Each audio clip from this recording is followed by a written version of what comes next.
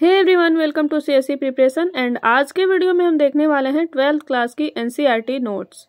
और ये पॉलिटी का नोट्स है जिसमें हमने पूरा अध्याय कवर किया हुआ है। टोटल इसमें 8 अध्याय हैं और सबको हमने एकदम चैप्टर वाइज कवर किया है। प्री प्लस मेंस के लिए जो भी लोग यूपीएससी देने वाले हैं उनके लिए काफ़ी महत्वपूर्ण है। जो लोग एनसीईआरटी पढ़ चुके हैं और उन्होंने नोट्स नहीं बनाया है वो यहाँ से हेल्प ले सकते हैं। यहाँ पे फर्स्ट चैप्टर का नोट्स आपने देखा। इसके बाद हम सेकंड चैप्टर जो है वो है एक दल के प्रभुत्व का दौर, यानी कि कांग्रेस की बात हो रही है कि जब कांग्रेस के दल का प्रभुत्व था भारत में, क्योंकि कांग्रेस ही ऐसी पार्टी थी जिन्होंने एक मंच पे इकट्ठा होकर आज़ादी के लिए बहुत ही संघर्ष किया। 1885 से ये पार्टी चली आ रही थी, जिनका प्रभुत्व आज़ादी के बाद तक कायम रहा। काफ़ी सारे चुनाव इन्होंने जीते, भारत में काफ़ी बार इनकी सरकार बनी। वही सब चीज़ें इस चैप्टर में दिया गया है। नियोजित विकास की राजनीति अध्याय 3 है। नियोजित विकास की राजनीति। भारत में जब विकास होना शुरू हुआ, योजना आयोग बना और योजना आयोग यानी कि प्लानिंग कमीशन जिसे कहते हैं, उसके हिसाब से 12 पंचवर्षीय योजनाएं बनी, जिसको हम इकोनॉमी में पढ़ते हैं।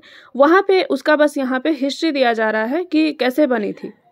ठीक है। भारत सीमा विवाद, ये भारत के का जो विदेशों से संबंध है उसके बारे में यहाँ पे सभी देशों के साथ दिया गया है। भारत और अमेरिका का, रूस का, पाकिस्तान का।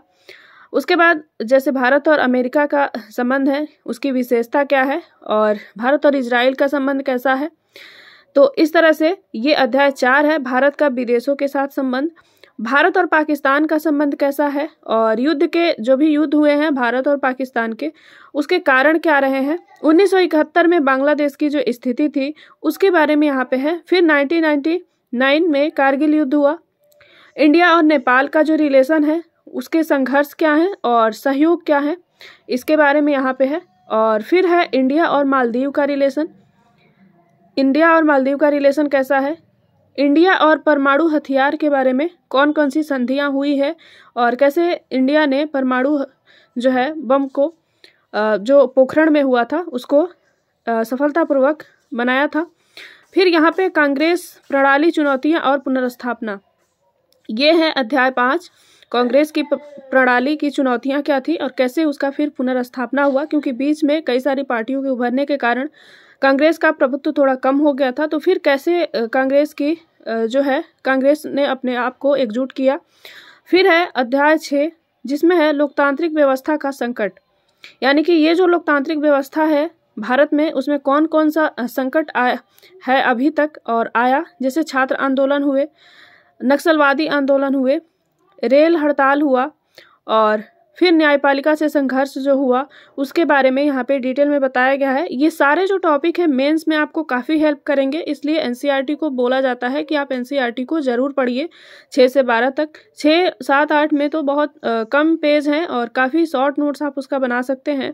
यहाँ पे कैसे नोट्स हमने बनाया है इसको आप देख सकते हैं। जिन लोगों को नोट्स चाहिए वो हमें मैसेज कर सकते हैं, नंबर हम दे चुके हैं। और यहाँ पे आंदोलन और जो हिंसा हुई उसके बारे में दिया गया है।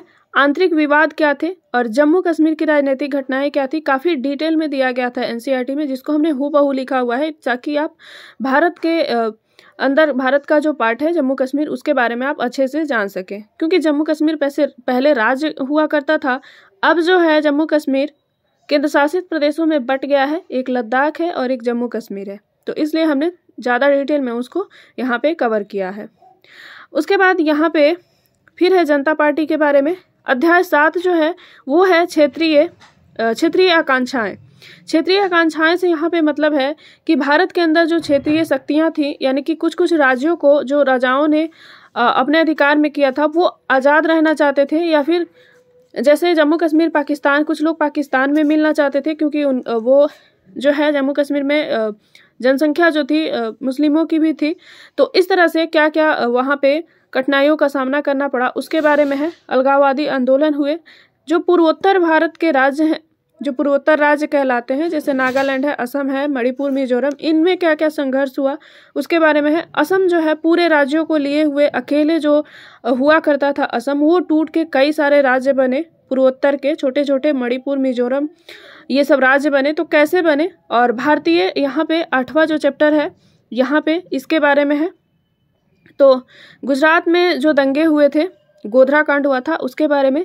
मंडल आयोग, नई आर्थिक नीति जो उदारीकरण, एलपीजी जिसको कहते हैं, उदारीकरण, वैश्वीकरण और ग्लोबलाइजेशन, उदारीकरण, निजीकरण और वैश्वीकरण, गठबंधन के दौर की शुरुआत। तो इस तरह से ये था नोट्स। मिलते हैं अगले वीडियो में। धन्यवाद।